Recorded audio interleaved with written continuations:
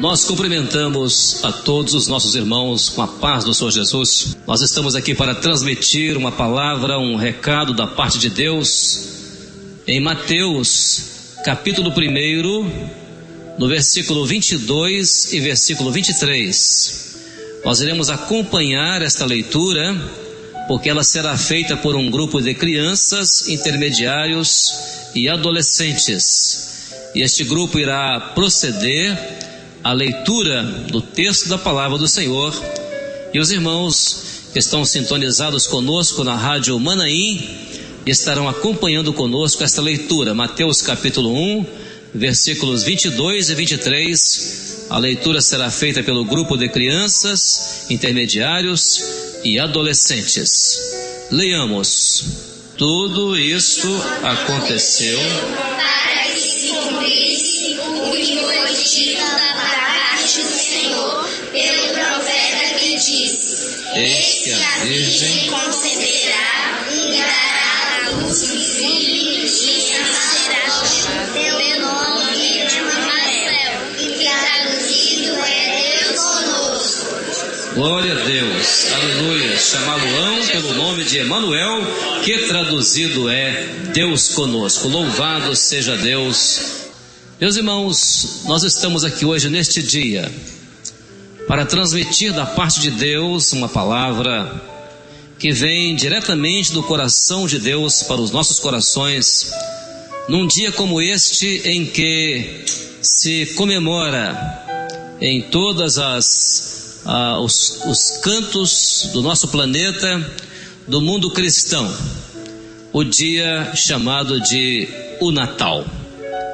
O Natal é uma data que relembra o nascimento do Senhor Jesus, comemorada universalmente e de diversas formas pelos cristãos. Seu valor histórico influenciou de tal maneira o mundo que marcou uma fase nova na relação do homem com Deus nestes 2 últimos milênios. E isso tornou propício o processo de salvação oferecido por Deus a todos os homens. A Bíblia, do texto do Evangelho de Mateus que acabamos de ler, se refere ao nascimento do Senhor Jesus como uma prova do desejo de Deus de manifestar a presença dele no mundo. Portanto, o Natal fala do nascimento de Jesus e o seu verdadeiro significado está relacionado com Deus presente conosco, na pessoa do seu amado Filho, o nosso Senhor e Salvador Jesus Cristo.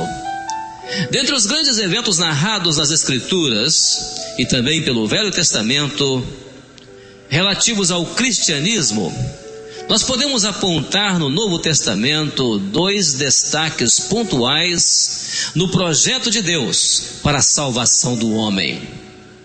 O primeiro diz respeito ao nascimento do Senhor Jesus. O segundo envolve um projeto relacionado com o arrebatamento da igreja. O que significa a presença de Deus no mundo? A Bíblia fala das muitas manifestações da presença de Deus no mundo, desde a criação de todas as coisas, em que Ele, Deus, como Criador, Ele apresentou-se ali dentro dos atributos próprios de Deus, o Deus onipotente, o Deus onipresente, o Deus onisciente. Onipotente porque é o único que possui todo o poder. Onipresente porque é o único que está presente ao mesmo tempo em todo lugar. E onisciente porque Deus conhece todas as coisas. Mas o nosso texto chama atenção para o nome Emanuel, que significa Deus conosco. No texto que lemos em Mateus 1, 22 e 23, a Bíblia fala agora do nascimento do Senhor Jesus como um momento no projeto de Deus que aprouve a Deus manifestar ao mundo todos os seus atributos concentrados numa só pessoa.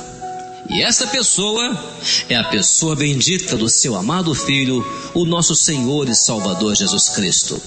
Jesus é, portanto, o Verbo de Deus que se fez carne e habitou entre nós, na linguagem de João capítulo 1, versículo 14.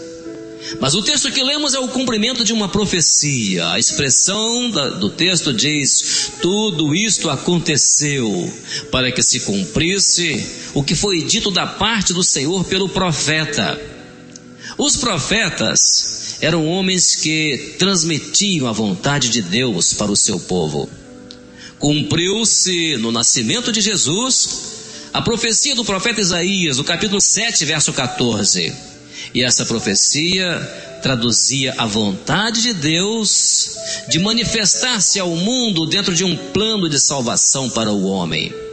Aprove a Deus fazer isto, executando o projeto eterno de salvação para o homem através do seu Filho amado. Jesus viria a este mundo e ele seria concebido por obra e graça do Espírito Santo por uma virgem de Nazaré da Galileia e trazido à luz do dia para ser chamado de Deus conosco. E coube ao profeta Isaías o glorioso anúncio do nascimento de Jesus, na condição de uma manifestação da vontade de Deus, no sentido de que a presença de Deus no mundo fosse colocada à disposição do homem e ele pudesse se apropriar dos atributos de um Deus fisicamente presente no mundo para estar ao seu lado. Esse Deus está ali na pessoa de Jesus. Por isso veremos agora Jesus como o Deus onipotente. A manifestação da onipotência de Deus se dá através da pessoa do Senhor Jesus. Por quê? Porque Jesus, ele é o centro de todo o projeto de Deus que se relaciona com o homem. No Evangelho de João, capítulo 1, verso 3, a Bíblia diz que todas as coisas foram feitas por ele, e sem ele, nada do que foi feito se fez. A carta aos Hebreus, no capítulo 1, a Bíblia diz que todas as coisas são sustentadas pela palavra do seu poder. Jesus estava lá, presente na criação, como parte da Trindade. João vai dizer isso no início do evangelho dele, quando diz: no princípio era o Verbo, e o Verbo estava com Deus, e o Verbo era Deus. E depois diz assim: ele estava no princípio com Deus, louvado seja Deus. Jesus se revela à igreja como o Todo-Poderoso, reeditando nele o projeto do Pai. Foi ele quem disse: é-me dado todo o poder no céu e na terra. Toda a obra criadora foi feita em função de Jesus.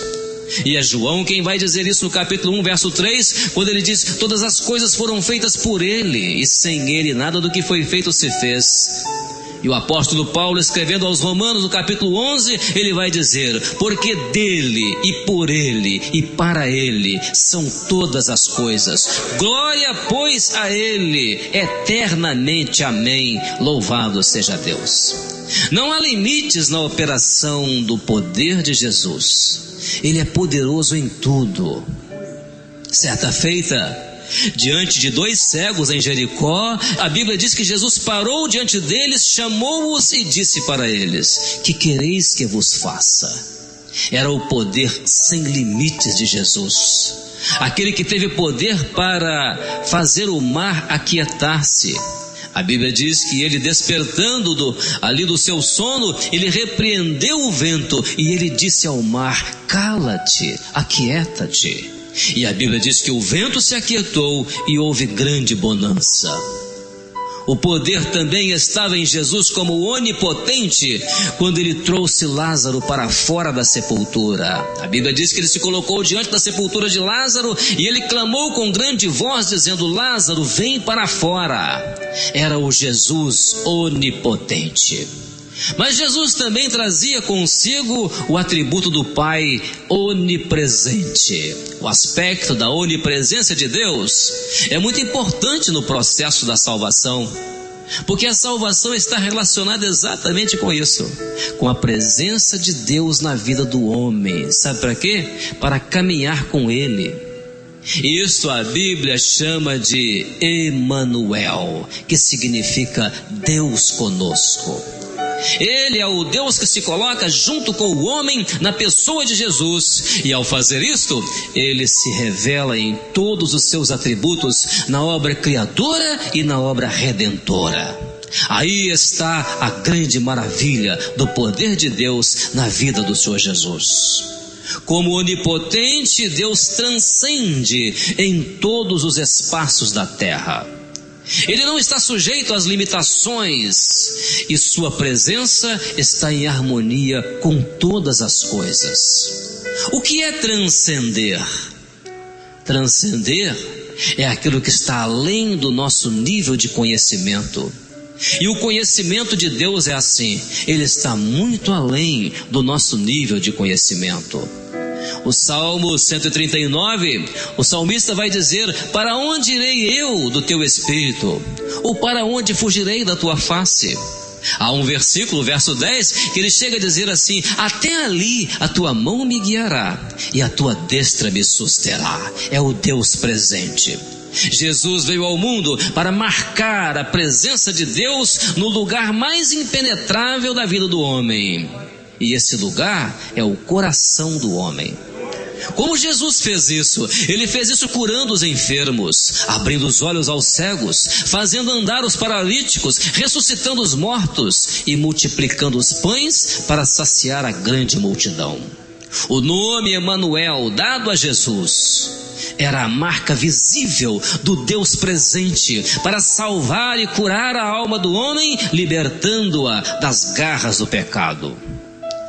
É o nome do Deus presente na terra, que veio para passar por todas as amarguras que o homem passa neste mundo e mais ainda, para dar-lhe vitórias sobre todas elas. Como Deus onipresente, digamos, Jesus se propõe a ocupar todo o espaço do coração do homem, fazendo nele morada, quando ele disse assim: se alguém me ama, guardará a minha palavra, e meu Pai o amará, e viremos para ele, e faremos nele morada. João 14, 23, louvado seja o Senhor.